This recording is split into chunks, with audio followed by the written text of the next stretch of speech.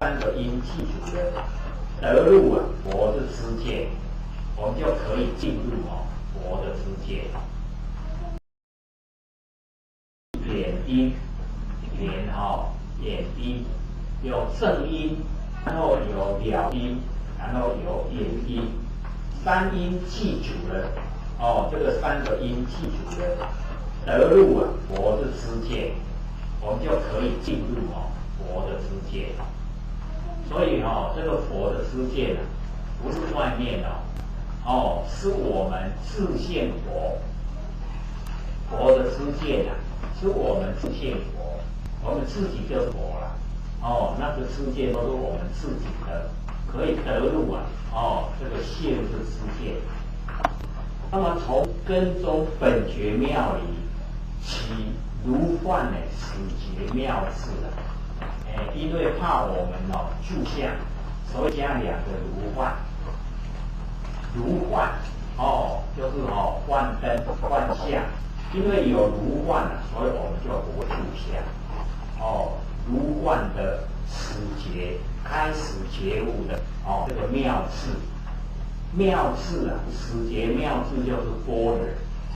般若从我们佛性出来，不是我们落入凡尘学的。我们有身体以后去学的那个都是聪明，那个不是般若。般若是本性所具备的。我们只要把凡尘的这所有知见都去掉，般若才会出来。老子也说：“彼此贤难，能无痴乎？”都把洗涤干净我们所渲染、学到的、看到的、知道的，全部都洗掉。洗掉了以后般若就出来了。我们努力学就是学自性的般若。般若越用越运用它就越能够启发，越进入妙的程度奥妙。有一个法师光讲这个妙就讲90天，90天讲一个字妙，讲这个妙。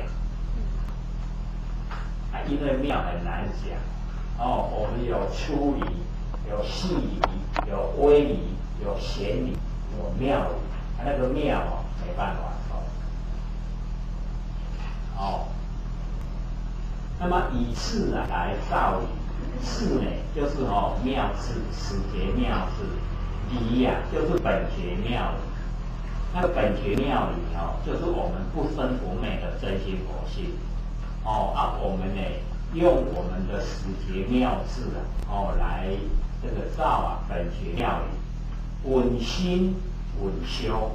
我们就稳心稳修，可以大觉。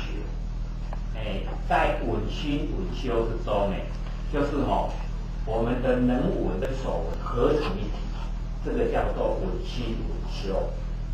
已经合成一体了，它就可以大觉，就跟大学整个宇宙虚空就是我们的真心佛性能够合为一体，就入流王手了。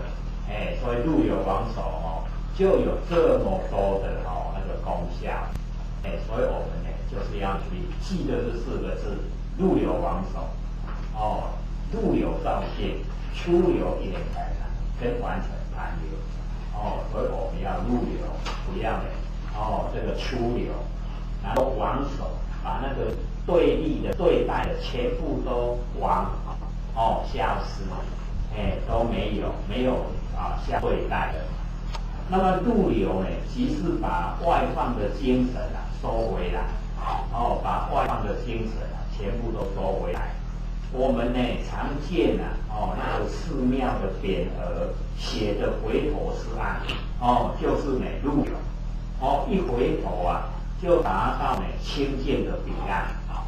这个回头是无形的注意力，那个注意力就是回头，不是在叫那个流氓叫他回头是岸，是讲所有的众生所有的众生只要回头了，只要把注意收回来了，都到达清净的彼岸，是这个意思。以为我们刚看到的时候，以为说牵那个流氓要洗大这一期，要回头是岸。原来它的含义就是我们众生呢都出有业在那，所以要回头是岸。回头了已经入流了，就到达清净的彼岸，已经到达了，已经到了到达清净的彼岸，只要